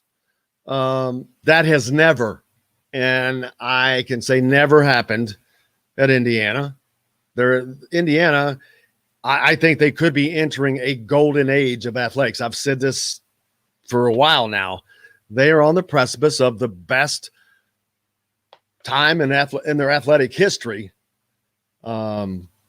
which is funny coming out of COVID, coming out of some things, some administrative things. That's the thing. When things change for the better, things can get better. And I think you've got an athletic director in Scott Dolson who is going to be at Indiana for a long time. I mean, I don't see him ever leaving. He is the right guy for Indiana. He's already shown with one move in basketball that he hit a home run.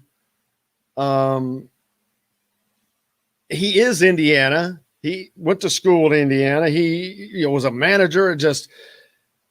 You've got a new president who understands the importance of academics and athletics, which was absolutely not the case before. So now you've got a unit that can come together. And Indiana they didn't have that for the last several years. The leadership was just not there. Now that you've got leadership, it's amazing what things happen. Well, funny. I'm going to go on to the point. You said Scott Dolson proved himself with one move. I think that there was a second move that was really significant, and that was, increasing the salary that Tom Allen got and increasing the salary pool for his assistant coaches, because I'm not going to say not to this level have we seen this kind of commitment to Indiana football. And it shows me that Scott Dolson gets it. If you want to have a successful athletic department, your football team has to at least be competent. It doesn't have to be Ohio State or Michigan, but you have to be in bowl games. You have to be competitive against some of the best in the country and against some of the best in the Big Ten. And, what we've seen from Tom Allen, not only is he a good coach, but he is a good recruiter. He's a great guy for getting in staff talent. I mean, we've talked about it over and over again. So I think making that commitment, not just to Tom Allen and saying, hey, here's your salary, we're going to up it by, I don't remember the number off the top of my head, but $3.9 million currently. Yeah. So we're going to, as opposed to, do you know what he made when he started 5 years ago? It was in the 1 millions, wasn't it? 1.8, which to you or me, granted, that's lottery. That's lifetime lottery wins, baby. Right. I would take that and ride off into the sunset. But as far as being a Big Ten Division I football coach, that's like, no offense, but that's like shopping at Walmart's cast-off place, wherever that would be. The cheap bargain bin. That's a bargain bin basement. There were probably mid-major. There were a ton of mid-major coaches probably making more than him, because he was like the 63rd lowest paid coach in Division I.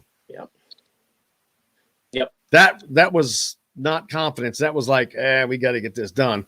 Well, all of a sudden he was like, well, here, how about if I just come in here and shake this up, which he did.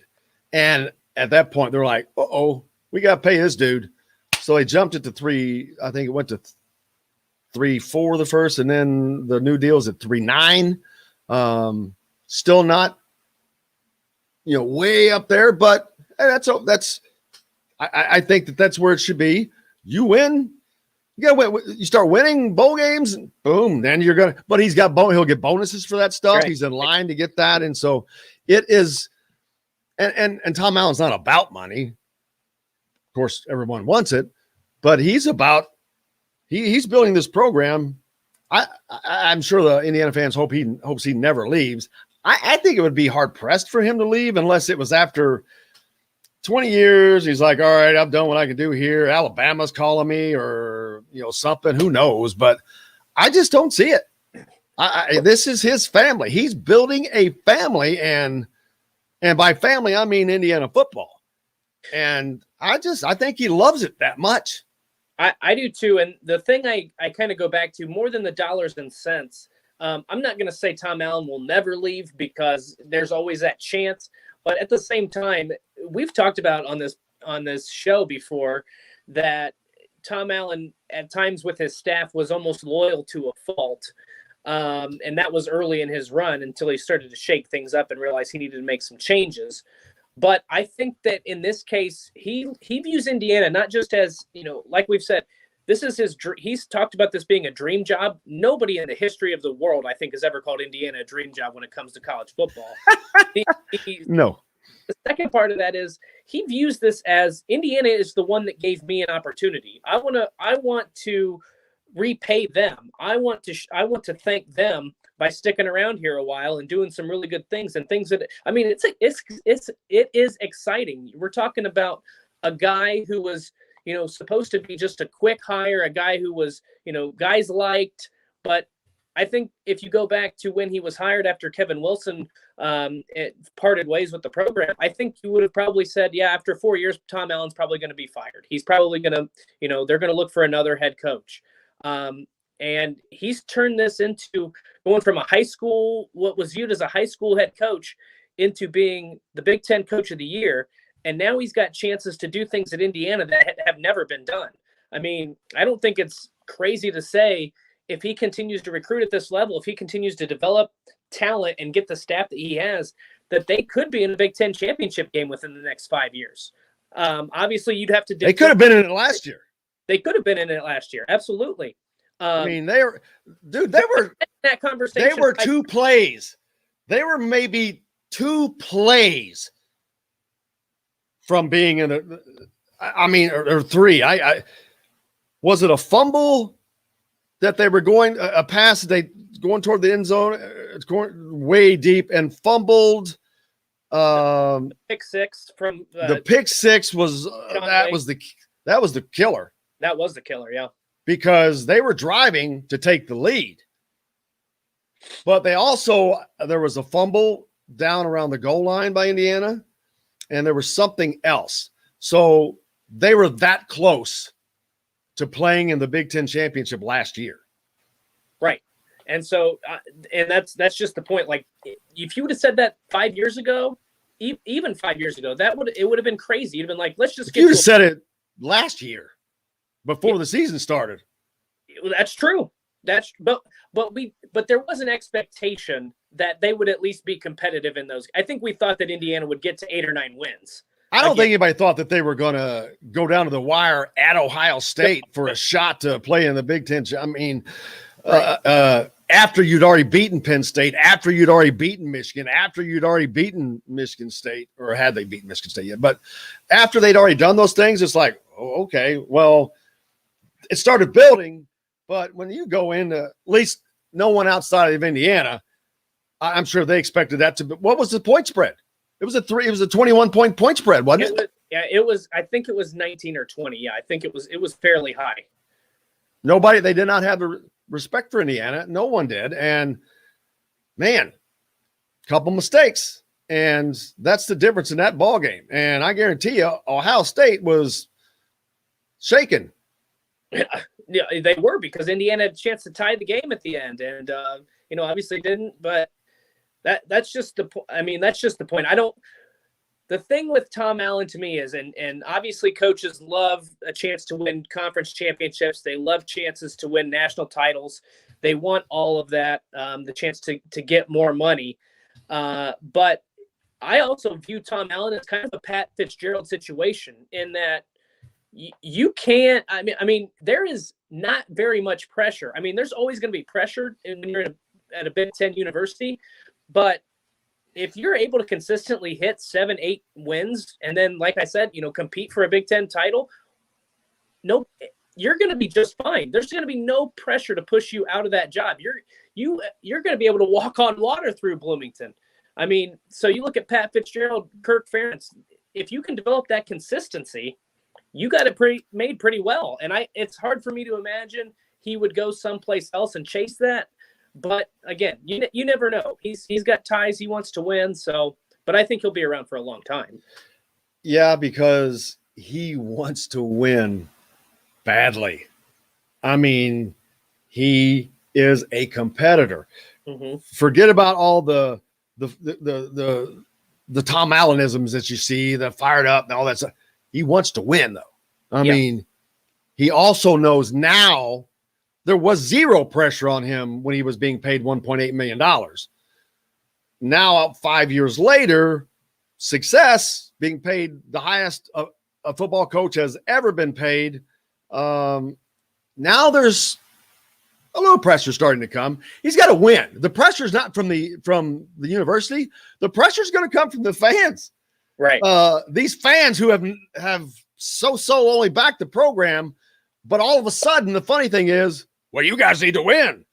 Well, hopefully they'll get. That's another thing. Hopefully they'll have the support this season for multiple reasons. You haven't been able to get out. But man, now's the time. There's a great home schedule. Cincinnati, Ohio State.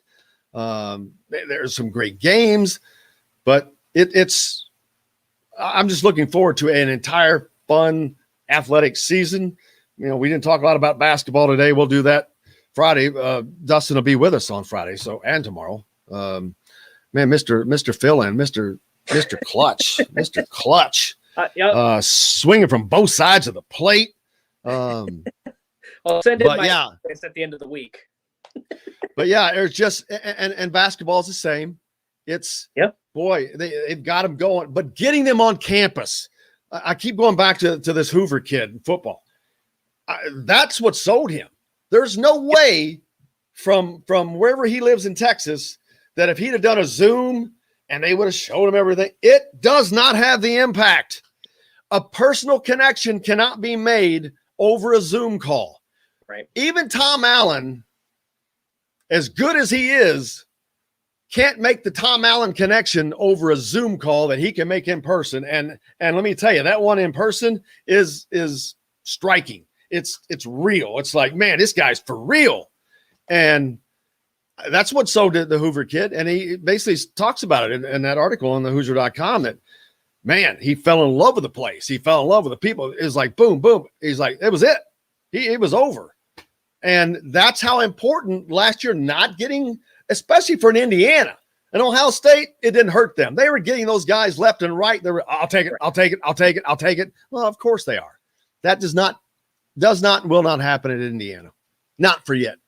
Right. And I think that's the biggest thing. The thing I'm most interested to see with future recruiting classes, particularly this one, the 2022 and 2023, when those kids get on campus, are we going to start to see some decommits from places like Ohio State, Michigan, some of these big time programs, and because they are able to take visits to places like Indiana and some of these other schools. I think that the little guy, I say little guy, even though these are big time conference. I think that this gives places like Indiana an opportunity to get these kids on campus, to get that face-to-face interaction. And again, I think you go past Tom Allen, get these kids in front of Tywan Mullen, get them in front of Michael Penix, let the players talk about their experience because that's what's going to be most relatable. And yes, you can do that via text. Yes, you can do that on a phone call, but it's not the same as when you're on campus having that one-on-one conversation with those guys or sitting in on a group meeting or whatever the case might be. And I think that that's where Indiana can really thrive moving forward, especially if they continue to win. I mean, you talk about an 8-5 season, a 6-2 season last year. You put together another 9-10 win season this year. Those recruits are going to start to listen even more. Just hitting up some comments over here. Tim said he'd rather have a 6'5 quarterback than a 6'1 quarterback.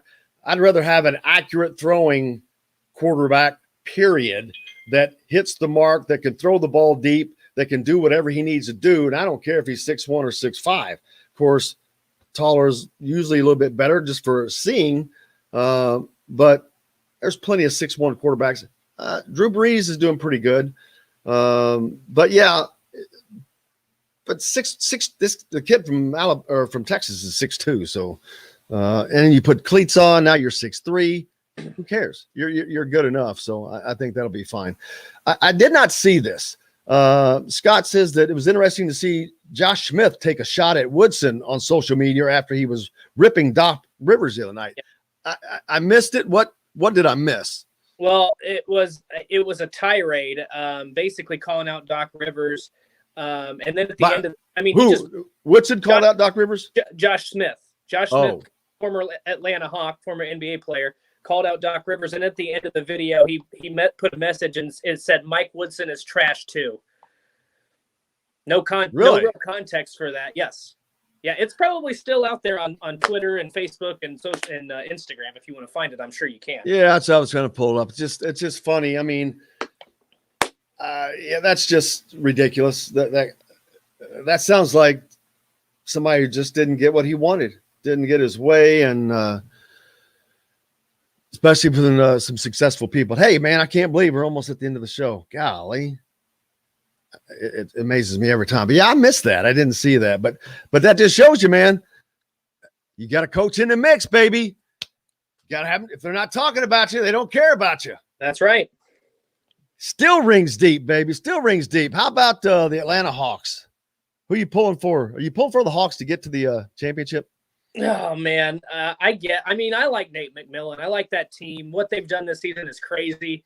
I don't really care. I just want to see good basketball. If we see more good basketball like we saw last night, then I don't care who wins. One quick thing from Ken Rowland. Ohio State is a double-digit favorite in all 4 of its marquee games in 2021. That's usually the case anyway. But the funny thing is, they're a minus 10 against Oregon.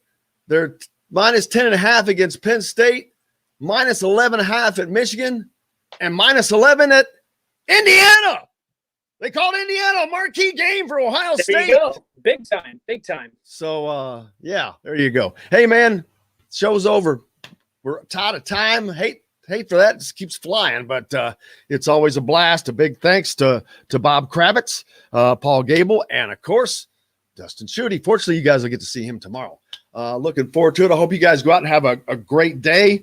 Whatever we missed, let us know. We'll get back to it tomorrow. If we got anything wrong, hit me up. We'll get to that tomorrow too. We'll be back at it. Chris Denari. I can't remember if Matt Taylor's back this week or not. We'll scare up some good stuff tomorrow for you as well. But until then, for Dustin and John, the producer, I'm Jim Coyle. I will see you on the radio.